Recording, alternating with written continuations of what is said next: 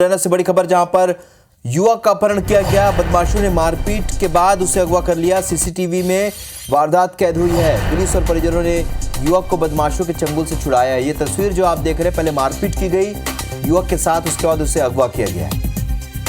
सत्येंद्र तोमर हमारे सहयोगी phone line पर जुड़े हैं। हौसले ज्यादा बुलंद हो चुके हैं बदमाशों के। सत्येंद्र, जिस तरीके से तस्वीरें सामने आई है, पूरा मामला बताइए, क्या है?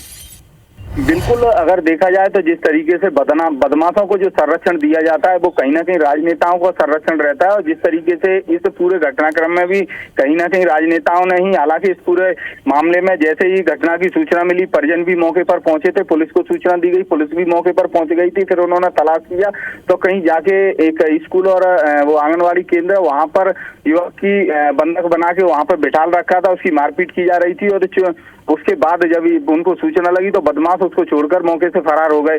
पूरी जो घटना है वो बिल्कुल सीसीटीवी में दिख रही है। पहले वहां जाके जो युवक है उसकी मारपीट की जा रही है और मारपीट के बाद उस युवक को बाइक पर बिठाल के वो लोग, लेकिन कहीं ना कहीं देखने में ये आ रहा है कि इस पूरे मामले में राजनीति हावी हो गई है। सरकार में बैठे हुए जो लोग हैं वो कहीं ना कहीं इसमें दबाव दिया है पुलिस पर। और पुलिस ने हालांकि मारपीट का मामला दर्ज तो कर लिया है, लेकिन जिस तरीके से युवक का अपहरण करने का प्रयास किया है, अपहरण करके ले ही गए थे लोग और उसकी मारपीट की गई थी, कुछ पैसे थे वो भी उससे छीने गए हैं। तो जिन धाराओं में मामला दर्ज होना चाहिए था जिस तरीके से, क्योंकि अब जैसे ही राजनेता लगातार, लेकिन मुख्यमंत्री सख्त है, लेकिन उसके बाद भी जो लोकल स्तर के जो राजनेता हैं वो इस स्थिति में नहीं देख पाते हैं। और वो अपने चूंकि सजाती लोग हों या अन्य बदमाश हों, उन लोगों की जो मदद करते हैं, उसका भी एक कारण निकल कर आता है कि जिस तरीके से बदमाशों के हौसले बुलंद होते हैं और बदमाश इस तरीके की घटनाओं को अंजाम देते हैं। हालांकि पुलिस पे जो चूंकि दबाव बनाकर जिस तरीके से राजनेताओं के दबाव में जो ये कायमी की गई है, वो मारपीट की गई है।